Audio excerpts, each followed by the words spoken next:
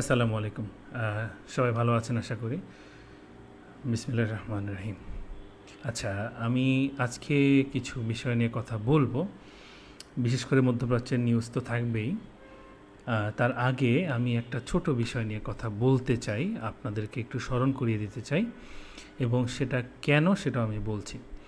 প্রথমত হচ্ছে আজকে আমি একটা ভিডিও দেখলাম, ২-১ দিন যাবৎ সোশ্যাল মিডিয়ায় খুব ভাইরাল। সেটা হচ্ছে নাহিদ ইসলামের ভিডিও। এমপি নাহিদ ইসলাম ভাটারা, বাড্ডা, নতুন বাজার এই এলাকার। তো যাই হোক, উনি এনসিপির সভাপতিও বটে এবং জুলাই আন্দোলনে উনি হচ্ছেন মুখ্য ভূমিকা রেখেছেন, এক্সেট্রা এক্সেট্রা। আপনার নাহিদ ইসলামকে সবাই চিনেন। আমার কথা হচ্ছে নাহিদ ইসলাম ভাই 7টা পয়েন্ট, বোল্ড পয়েন্ট এবং আরও কয়েকটা সাব পয়েন্ট মিলে বেশ কয়েকটা বিষয়ে প্রায় 30 মিনিট এবং প্লাস আরও 9 মিনিট, 39 মিনিট কথা বলেছেন মেবি। তো বিষয় হচ্ছে যে তিনি যে পয়েন্টগুলো উত্থাপিত করেছেন, জুলাই সনদ বাস্তবায়ন, তাছাড়া প্রেসিডেন্টের যে অপসারণ নিয়ে কথা, তারপরে এছাড়া হচ্ছে অন্যান্য বিষয় আছে, যেমন যারা হচ্ছে জুলাই যোদ্ধা আছে তাদের বিভিন্ন ভাতা যেগুলো প্রদান করা হয় এগুলো কন্টিনিউ রাখা, সুযোগ সুবিধা, ভারতের সাথে সম্পর্ক, এবং যে বিষয়টা খুব ছোট করে বলেছেন এবং সেটা বোল্ড পয়েন্টে আমি বলবো না যেটা, বাট সেটা বেশি ইম্পর্টেন্ট মনে হয়েছে আমার কাছে, গণহত্যার বিচার। আচ্ছা, নাহিদ ইসলাম সাহেব আজকে এখানে আসছেন, তাকে কে চিনত? এনসিপির নেতাদেরকে চিনত। ইভেন জুলাই আন্দোলনের যারা যারা মুখ্য ভূমিকায় আসছেন সবাইকে আমি খুবই শ্রদ্ধা করি এবং অবশ্যই বাংলাদেশের এক একজন রত্ন। এবং এই ব্যক্তিরা কোথা থেকে কোথায় চলে এসেছেন এবং সেটার কারণ হচ্ছে জুলাই। ঘটনাটা আপনারা সবাই জানেন, একটা আমাদের দেশের একজন সর্বশেষ এবং সবচেয়ে কঠিন স্বৈরশাসককে, রন্ধ্রে রন্ধ্রে ছড়িয়ে থাকা একটা স্বৈরশাসককে মূলোৎপাটন করার জন্য আপামর জনগণ সবাই রাস্তায় নেমে এসেছে। ক্ষমতাসীন স্বৈরশাসক তাদের উপরে গণহত্যা চালিয়েছে এবং একটা সময় গিয়ে তিনি পালাতে বাধ্য হয়েছেন। জুলাই বিপ্লব জয়ী হয়েছে। আমার কথা হচ্ছে বেশ কয়েকটা। আজকে যেটা বলতে চাচ্ছি সেটা হলো, নাহিদ ইসলাম সাহেব সবচেয়ে শেষে আমি যে পয়েন্টটা উত্থাপন করলাম সেটা হচ্ছে জুলাইয়ের গণহত্যার বিচার নিয়ে তিনি কথা বলেছেন, বাট সেটা খুব ছোট আকারে। তারপরও আমি তাকে সাধুবাদ জানাই যে জুলাই গণহত্যার বিচার খুব দ্রুত করার জন্য এর আগে আমি কাউকে এতটা চাপ দিতে দেখি নাই।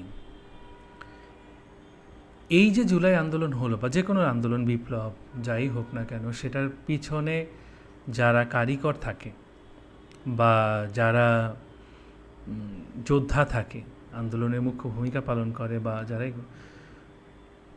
সবাইরই এখানে একটা প্রবলেম হয় কি, যে যত বিপ্লব হয়েছে এর আগে আপনি খেয়াল করে দেখেন, ইরানি বিপ্লব, রাশিয়ার বিপ্লব, অন্যান্য বিপ্লবে গণহত্যাকারীদের, যারা গণহত্যা করেছে বা আন্দোলনে যাদের বিরুদ্ধে আন্দোলন, তারা কিন্তু হামলা করেছে, গণহত্যা করেছে। এখন গণহত্যা কেন করে?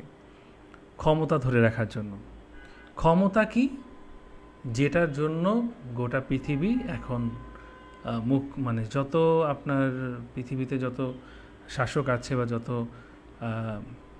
অরাজকতা হয়, ম্যাক্সিমাম এই ক্ষমতার জন্য হয়। এবং আপনারা আশেপাশে দেখলে দেখবেন যে আমাদের আশেপাশে যতটা না অন্য কোনো বিষয়ে আমাদের সামনে প্রকাশিত হচ্ছে অপরাধগুলো, তার থেকে ক্ষমতার জন্য অপরাধ বেশি করা হয় এবং অন্যান্য অপরাধও ক্ষমতার জন্যই করা হয়।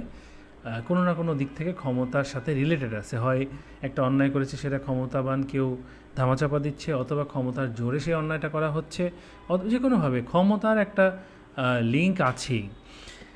তো বাই দ্য ওয়ে, ক্ষমতা জন্য যখন স্বৈরশাসন করা হলো, সেই স্বৈরশাসককে হটানোর পরে সেই ক্ষমতাটাই কে পেল এবং কারা ক্ষমতা মানে মসনদে বসলো এবং সেই ক্ষমতাটা এখন কি অবস্থায় আছে। আমরা যেই শাসকের শাসন নীতিকে হটিয়ে দেওয়ার জন্য আন্দোলনের ডাক, আন্দোলন করা, সেই সিস্টেম বা শাসন কি বন্ধ হয়েছে? মানে ম্যাক্সিমাম না, আমার মনে হয় বাংলাদেশের 90% লোকই এখন বলবেন যে না, সেটা হয়নি। কারণ আমরা এই যে আজকে নাহিদ ইসলাম যে কথাগুলো বললেন, এগুলো সবই স্বৈরশাসনের ব্যাপার এবং স্বৈরশাসনের ওয়ে, এবং এই স্বৈরশাসনের বেশ একটা পয়েন্টে তিনি বলেছেন যে বিএনপি নেতাকর্মীরা কী পরিমাণ মানে সন্ত্রাসী কর্মকাণ্ড চালাচ্ছে সারা বাংলাদেশে, এবং সেটার জন্য তারা কোনো রকম হস্তক্ষেপ, ইভেন পুলিশও নিচ্ছে না, মামলা নিচ্ছে না। এটার প্রশ্ন করেছেন। এই প্রশ্নটা কেন আসবে কেন? তাহলে আন্দোলন কেন? যদি এই প্রশ্নগুলোই আসে, এই ঘটনাগুলোই সামনে আসে, তাহলে আন্দোলন কেন? ওয়াই? আমি আন্দোলন করে কি করব? কি হলো আন্দোলন করে? এতগুলো মানুষকে জীবন দিতে হলো কেন? লাভ কি? তো আলটিমেটলি এই প্রসঙ্গটায় আমরা আপনার কিছুটা জানি যে আমরা আসলে ব্যর্থ হয়েছি অনেকাংশে। কিন্তু আমি আবার আমার পয়েন্টে চলে যাই যে এই যে আন্দোলন হলো, এই যে আন্দোলনের পরে এতগুলো মানুষ শহীদ হলেন, হাজার হাজার ইয়াং যুবক শহীদ হলেন, এরপরে যে বিজয় আমরা ছিনিয়ে আনলাম, সেই আন্দোলনের পর যারা শহীদ হলেন বা যারা গণহত্যা চালালেন, যারা যারা এখানে যুক্ত, তাদের বিচার কেন হলো না? তাদের বিচার কেন হলো না? তাদের বিচার হচ্ছে নাই বা কেন? এই বিষয়টা নিয়ে ক্ষমতাসীন দল যারা আগে ছিলেন তত্ত্বাবধায়ক আমলে, ইভেন এখানে দুটো জায়গায় কেন তারা কোনো পদক্ষেপ নিচ্ছে না? যখন একটা স্বৈরশাসক বা জালেম শাসকের পতন হয়, তখন সেখানে যারা তার পতন করে, তখন তারা নিজেদের হাতে ক্ষমতা বুঝে নেয়। আমরাও দেখেছি জুলাইয়ের পরই আমাদের সকল রাজনৈতিক নেতারা সেনা মানে ক্যাম্পে চলে গেছে, মানে আর্মি চলে গেছেন, এবং সেখানে বসে মিটিং করার পর তারা একটা মধ্যস্থতা করেছেন। এখানে অনেক প্রশ্ন আছে, আর্মি ক্যাম্পে কেন আমি মানে সেনাপ্রধানের কাছে যাব? এই সেনাপ্রধানও তো আওয়ামী লীগেরই নিয়োগ দেয়া। আর সেনাপ্রধানের কাছে কেন? ভাই, আমরা এখানে যে আলোচনা হবে সব উন্মুক্ত হবে, আমরা তো অধিকারের জন্য কাজ করেছি, এখানে লাইভ একটা আলোচনা হতো, সেটা হতে দেখি না। ইভেন সবাই একমুখী হয়ে গেছে তখনও। এরপরে সবাই মিলে বেশ কিছু সময় খরচ করে সবাই যারা আন্দোলনে জড়িত তারা সবাই মিলেই ওয়ান কাইন্ড অফ ডক্টর ইউনূসকে আমন্ত্রণ দিয়ে নিয়ে আসছে। আমন্ত্রণ দিয়ে ডক্টর ইউনূসকে যখন নিয়ে আসলেন, যারা যারা আমন্ত্রণ দিয়েছেন, ডক্টর ইউনূস যদি কোনো কাজ করে সেটা তো তাদের রিকোয়েস্টই করবে নাকি? আমি যখন আপনাকে আমন্ত্রণ দিয়ে নিয়ে আসবো কোনো ক্ষমতায় বসানোর জন্য, অবশ্যই আমি আপনাকে ভেরিফাইড করছি, এবং আমি জানি যে আমি যা চাই সেটা আপনি বাস্তবায়ন করবেন, বা আপনি আমার জানা আমাদের সবচেয়ে ভালো লোক, যে আমাদের যে পারপাসটা। এখন আপনি যদি হাসিনার বদলে আরেকজন হাসিনা নিয়ে এসে বসান, তাহলে অ্যাকচুয়ালি মানে রেজাল্টটা কী হলো? জিরো। তো আমার কথা হচ্ছে, ডক্টর ইউনূস বাংলাদেশে আসার পরে গত 2 বছর সামথিং ছিলেন, কি হয়েছে বাংলাদেশে? একটা আন্দোলনের পরে একটা স্বৈরশাসক চলে গেলেন, এরপরের প্রথম পদক্ষেপগুলো কি হওয়া উচিত ছিল? একেবারে ফার্স্ট পদক্ষেপই নেওয়া উচিত ছিল যে আপনি যাকে মানে করছেন, মানে যে বলে মানে বিতাড়িত করছেন, যার কাছ থেকে আপনি মানুষদেরকে বাঁচাইছেন, এবং মানুষ যেখানে ইনভলভ, মানুষ যেখানে চাচ্ছে ক্ষমতার পরিবর্তন, আপনার প্রধান কাজ ছিল যে তাদের যেই নেটওয়ার্ক, তাদের যে কাজ, তাদের যে নেতাকর্মী বা সামথিং, সবাইকে আপনি মানে ছেঁকে ছেঁকে নিয়ে এই মুভমেন্টে যারা সরাসরি যোগ ছিল এবং অ্যাকচুয়ালি জুলুম করছে, মানুষকে হত্যা করছে, হ্যাঁ একজনে পোস্ট দিছে, ডাজন্ট ম্যাটার, অবশ্যই ম্যাটার, ডাজন্ট ম্যাটার মানে এটা কোনো ইম্পর্টেন্ট ব্যাপার না যে তাকে শাস্তির মুখোমুখি নিয়ে আসতে হবে। একজন মিছিলে গেছে, বাট একজন গুলি চালাইছে, একজন অস্ত্র হাতে হত্যা করতে চাইছে বা হত্যা করছে, আপনি তাকে তার জায়গায় বসিয়ে, ইভেন যারা এই কাজগুলোর সাথে যুক্ত ছিল, যারা এই কাজগুলো করাইছে, তাদেরকে আপনি পাশে নিয়ে বছরের পর বছর শাসন করতেছেন আর বলতেছেন আমি স্বৈর শাসকের বিরুদ্ধে। মানে কেমন যেন মনে হচ্ছে কি আমরা সবাই অনেক একটা পাগলাগারোতে আছি, কারণ পাগল ছাড়া তো এইসব কেউ মাইনে নেয় না। আর বছর পর মানতেছি, বছর পর বছর কোনো মানে ব্যাপার না অ্যাকচুয়ালি, কারণ মানতেছি, কারণ আমরা মানতে মানতে অভ্যাস হয়ে গেছে। তো আমার আজকে এখান থেকে এটার প্রতিবাদ করা যে আজকে নাহিদ ইসলাম এতদিন পরে এই যে প্রসঙ্গটা তুললেন, অবশ্যই আমি সাধুবাদ জানাই। এই প্রসঙ্গটা কেন ইউনূস সরকার আসার দিন তাকে প্রসঙ্গ তোলা হয়নি, যে আপনার প্রথম কাজ হচ্ছে যাদেরকে আমরা তাড়ানোর জন্য এতগুলো প্রাণ ঝরে গেল এবং তাদেরকে গণহত্যা চালানো হয়েছে, তাদেরকে আগে শাস্তি দিন এবং তাদের থেকে বাংলাদেশের প্রশাসনকে, বাংলাদেশের অবকাঠামোকে, বাংলাদেশের প্রত্যেকটা রন্ধ্রে রন্ধ্রে তারা যে এই 20 বছর যাবৎ 17 বছর যাবৎ যে বিষগুলো ছড়িয়ে দিয়েছে, এইগুলোকে মুক্ত করেন। এটা কেন করেন নাই আপনি? ইভেন পুলিশের ড্রেস চেঞ্জ করা হয়েছে। ভাই পুলিশের ড্রেস কি মানে ফানি ব্যাপার না? পুলিশের ড্রেস আপনি একটা মানে ইয়াকে নেকড়ের বা হায়নার গায়ে যদি আপনি মুরগির চামড়া লাগাই দেন, ভেড়ার চামড়া লাগাই দেন, সে কি তার অভ্যাস চেঞ্জ হয়ে গেল? আপনি তাকে কিভাবে করছেন, সংশোধন করছেন? পুলিশ কিভাবে একজন জালে মজলুম উপরে একটা মানুষের উপরে যুদ্ধ মানে চালায়, পিস্তল চালায়, যুদ্ধ করে, সেই কনসেপ্ট তার ভিতরে আসলো কিভাবে? আপনি সেটা সংশোধন করছেন। তার ভিতরে কেন বিবেক নাই? সংশোধন করছেন। সেটা বিষয়ে কী উদ্যোগ নেওয়া হয়েছে? আপনি যখন এই সকল ব্যক্তিদেরকে, এই সকল পুলিশ সদস্যদের, এইসব আর্মি মিডিয়ার যা যা আছে প্রত্যেকে ধরে, নেতাকর্মী সবাইকে ধরে যখন আপনি সরাসরি বিচারে দিতেন, ও আচ্ছা, বিচারের জন্য তো ব্রিটিশ জুডিশিয়াল অনুযায়ী একটা দীর্ঘমেয়াদী সলা পরামর্শ লাগবে, দলিল প্রমাণ, তারপরে আসবে, ঠিক না? সেটা শুরু হয়েছে কি না? শুরু করছে ইউনূস সরকার, সেই প্রসেস শুরু করছে। জুলাইয়ের গণহত্যার হাজার হাজার ডকুমেন্টস, ভিডিও সহ বাংলাদেশের আনাচে কানাচে ছড়িয়ে আছে, প্রচুর বাচ্চাদের মানুষের কাছে আছে, এবং অনেকের, আমি অনেকে শুনেছি, এবং ম্যাক্সিমাম ইয়াংরা তো এখন অনেক স্মার্ট, তারা অ্যাকচুয়ালি এগুলোকে সেভ করে রাখছে এবং এগুলো রেখে দিয়েছে ভবিষ্যতে কাজে লাগানোর জন্য। পয়েন্ট ইজ, আপনি এই ডকুমেন্টসগুলো যেখানে মানুষজন দেখে দেখে বুঝতেছে কারা কারা এখানে গণহত্যায় জড়িত, আপনি ব্রিটিশ জুডিশিয়ালির দোহাই দিয়ে, এবং এই জুডিশিয়ালির জায়গাও আপনি যান নাই, প্রসেসটাও শুরু করেন নাই, আজকে এসে এত বছর পর, প্রায় 2-2.5 বছর পরে এসে আপনি বলছেন, 2 বছর পর এসে নাহিদ ইসলাম এসে বলছেন যে জুলাই গণহত্যার বিচার কত দূরে গেছে, আপনাদের দৃশ্যমান রেজাল্ট চাই। সেটা 2 দিন পরে কেন হলো না? কেন? আপনার মনে হচ্ছে যেটা পসিবল না? ইনজাস্টিস হবে?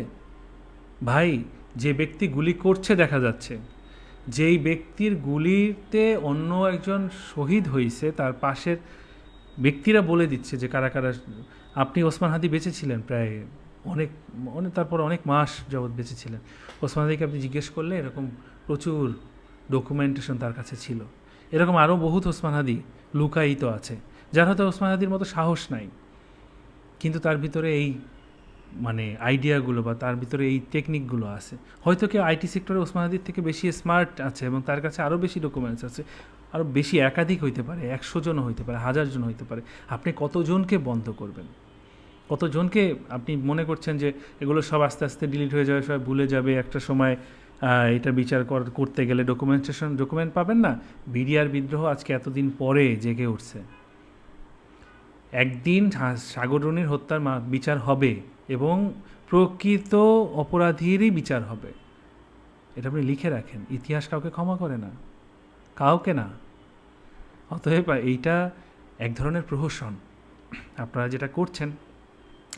আমি নাহিদ ভাইকে যতটা অ্যাপ্রিসিয়েট জানাই, ততটা টোটাল এনসিপি এবং জুলাই আন্দোলনের যারা মুখ্য ভূমিকা পালন করার পরে ক্ষমতার সাথে জড়িত ছিলেন, প্রত্যেককে আমি এই বিষয়ে অভিযুক্ত করতে চাই।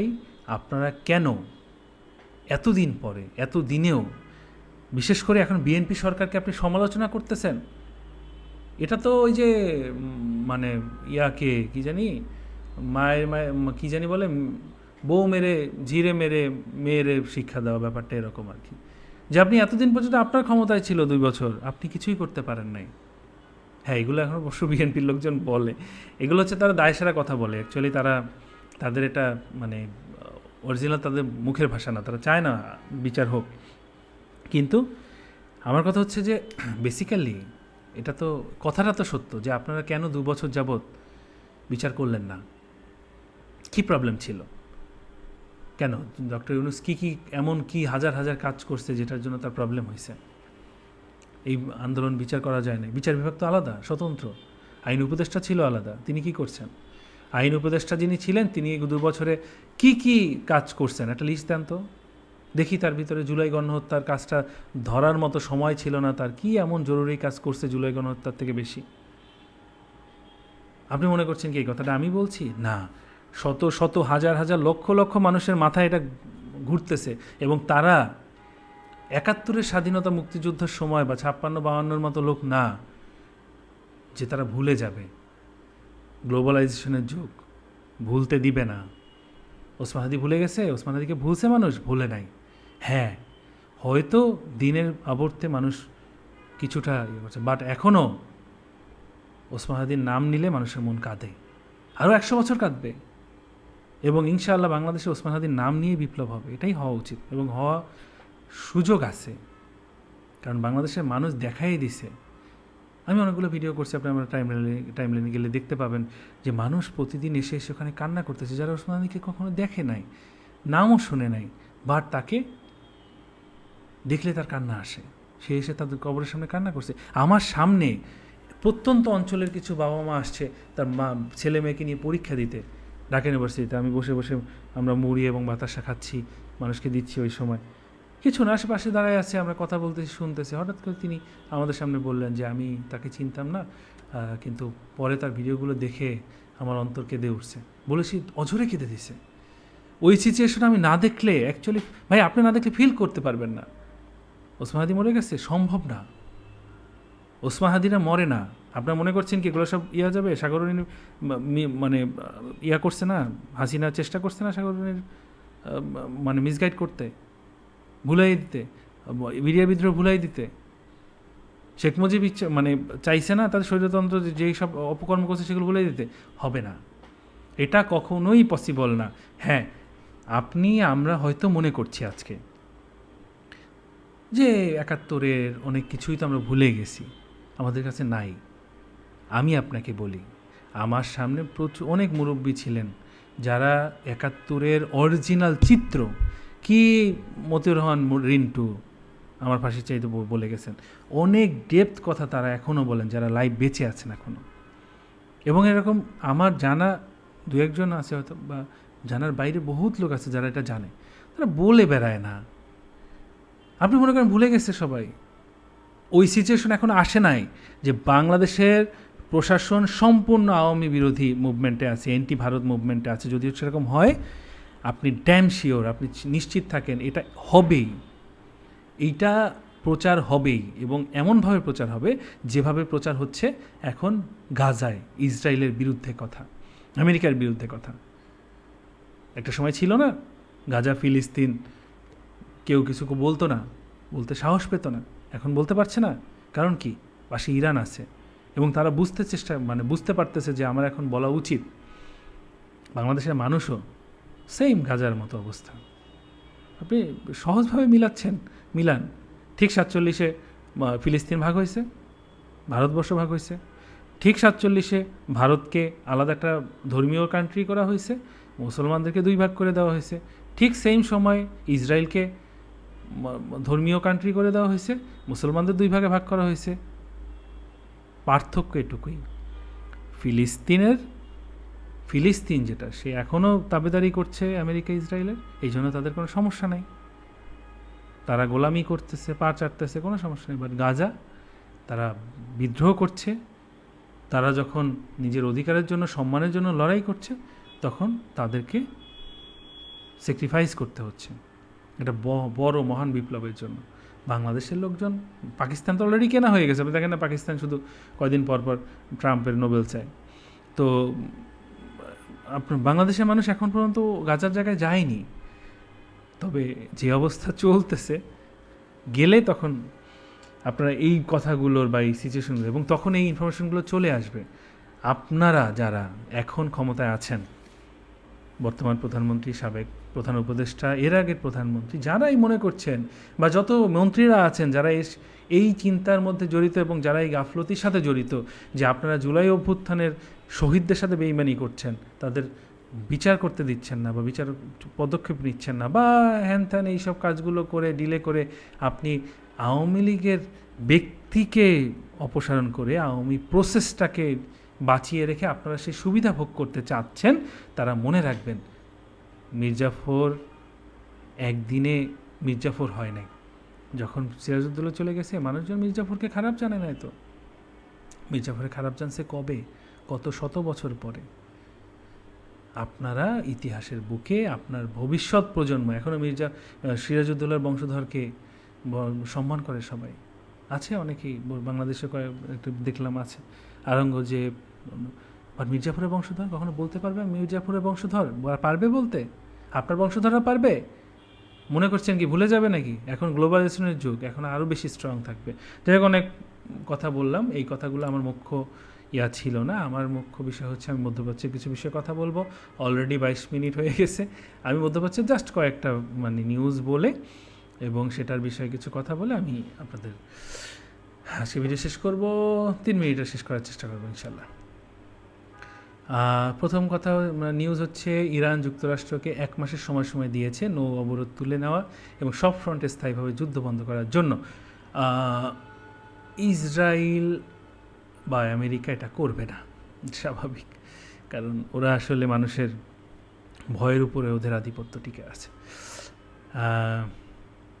এরপর হচ্ছে আমরা যদি দেখি, দ্বিতীয় আরেকটা নিউজ আছে, এটা পরে শেষ করব। জ্যোতির্বিজ্ঞান সপ্তাহ উপলক্ষে এবং মিনাব প্রাথমিক বিদ্যালয়ের শহীদ শিক্ষার্থীদের সম্মানে ইরানের সেমনান প্রদেশে শিক্ষার্থী মিনাব 1 এবং মিনাব 2 নামের রকেট, চিনি চালিত রকেট তৈরি ও উৎক্ষেপণ করেছে। ওকে,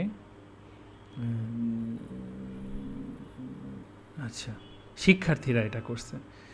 তো চিনি চালিত বলতে বলা যে চিনি এবং কোনো অক্সাইড যেমন পটাশিয়াম নাইট্রেট ব্যবহার করানো বোঝানো। তো আমরা এখানে আজকের ভাইটাল হচ্ছে একটাই দেখলাম, আর তেমন একটা নাই। আর একটা নিউজ আমি একটু এটার সাথে অ্যাড করি, যেটা এখানে, সেটা হলো যে জাইতুন পোস্টে একটা পোস্ট আমি দেখলাম। সেটা হচ্ছে যে জাইতুন পোস্টটা খুব ভালো কিছু স্ট্যাটিক দিচ্ছে। দেখলাম ইসরায়েল এবং আমেরিকা কাদের উপর ডিপেন্ড করে অ্যাকচুয়ালি বেঁচে আছে তাদের। যেমন গতকালকে একটা পোস্ট দিছে, সেটা হলো যে ইসরায়েলের যে অবকাঠামো, সেগুলোর জন্য তো সিমেন্ট দরকার হয়। সিমেন্ট তো অ্যাকচুয়ালি বুঝতে পারছেন বাড়ি নির্মাণ করতে, এবং তারা যেহেতু ইসরায়েলের সম্পূর্ণ ফিলিস্তিনকে দখল করে, তাদের বাড়িঘর দখল করে সেখানে এসে তাদের আসলে অ্যাকচুয়ালি বাড়ি না, তারা এখানেও দখলকৃত আর কি। তো সেই টোটাল যা বাড়ি আছে এবং যা তারা তৈরি করছে তাদের ফিস 45%, প্রায় 50% তুরস্ক থেকে আমদানি করা হয়। তুরস্ক তাদেরকে এই সব দখলকৃত জমিতে বিল্ডিং করে ফিলিস্তিনবাসীদের বিতাড়িত করার জন্য হেল্প করছে এবং সিমেন্ট দিচ্ছে, এছাড়া তেল গ্যাস দিচ্ছে, সেগুলো তো আপনারা জানেনই, এর আগেও হয়েছে। তো যাই হোক, আমেরিকার প্রেসিডেন্ট বলেছেন, এটা পুরনো নিউজ, যে তিনি হরমুজ প্রণালী যে বাদ দিয়েছেন এবং সেখানে জলদস্যুদের মতো কাজ করছেন, এটা বলে সে আনন্দিত ফিল করছে এবং সে এটা উইলিংলি প্রেস ব্রিফিংয়ে বলেছেন। বিনিময় বর্তমান যেটা সেটা হচ্ছে যে বিনিময়ে ইরান সীমিত পরিসরে এবং শর্তাধীনে হরমুজ প্রণালী খুলে দিয়েছে, দিবে আর কি, এবং সেই ক্ষেত্রে অনেক বেশি পরিস্থিতি নিয়ন্ত্রণে আসবে এবং আমেরিকার সাথে নেক্সট যুদ্ধটা হয়তো আরও ডিপ হবে, আরও বড় হবে। তো এখন এই নিউজ দিয়ে আমরা যেটা বুঝলাম যে ইরানের অ্যাকচুয়ালি স্ট্রেংথ যেটা আপনারা বুঝতেই পারছেন, শুধু কিছু সালাফি আহলে হাদিস বোকা যারা, এই ভাইরা ছাড়া বাকি সবাই এটা জানে, যখন বাঘের সামনে কেউ দাঁড়ায় তখন শুধু বোকারাই বলতে পারে যে এই বাঘটাকে মদ খাওয়ানো হয়েছিল, যে বিড়ালের গলায় ঘন্টা বাঁধার মতো, ঠিক আছে? তো বাঘকে মদ খাওয়ানোর জন্য যে লোক লাগবে সেটাও তো লাগবে না, সেও তো আসলে বীর। তো এখন নেশার দ্রব্য খাওয়ানো হয়েছিল বাঘকে, এটা যদি কেউ বলে, এটা হচ্ছে বোকা। বাট বাঘের সামনে কেউ যদি দাঁড়ায়, সে সিংহ হয়। এবং গোটা বিশ্বের একক পরাশক্তি আজকে যার কাছে মাথা নত করছে, বাধ্য হচ্ছে, যার সাথে নেগোশিয়েট করতে বাধ্য হচ্ছে, সেই ইসরায়েল, আমেরিকা, পুরো ব্রিটিশ সাম্রাজ্য, সকল এই গ্যাং যারা আছে সবাই মিলেও একক ইরানের সাথে পারছে না এবং ইরান তাদেরকে বাধ্য করছে। সকল কর্মকাণ্ড পরিচালনা, যুদ্ধের মোড় ইরান কন্ট্রোল করছে, যেখানে সে চায়না, রাশিয়া কারো হেল্প নিচ্ছে না, একা একা করছে। বাকি যারা আছে তারা তাকে হেল্প করছে, তারা তার বন্ধু রাষ্ট্র, তার ছোট ছোট গোষ্ঠী, হিজবুল্লাহ, ইয়েমেনের হুথি। আমার কথা হচ্ছে ইরানকে আমরা জানি যে তারা এখন এই কাজটা করতে সম্ভব হয়েছে তাদের জন্য। এর সবচেয়ে বড় হাতিয়ার কি, অস্ত্র কি ভেবেছেন কখনো? ইরানের অস্ত্র কি? ইরানের কেন এইভাবে করছে, এভাবে পারছে?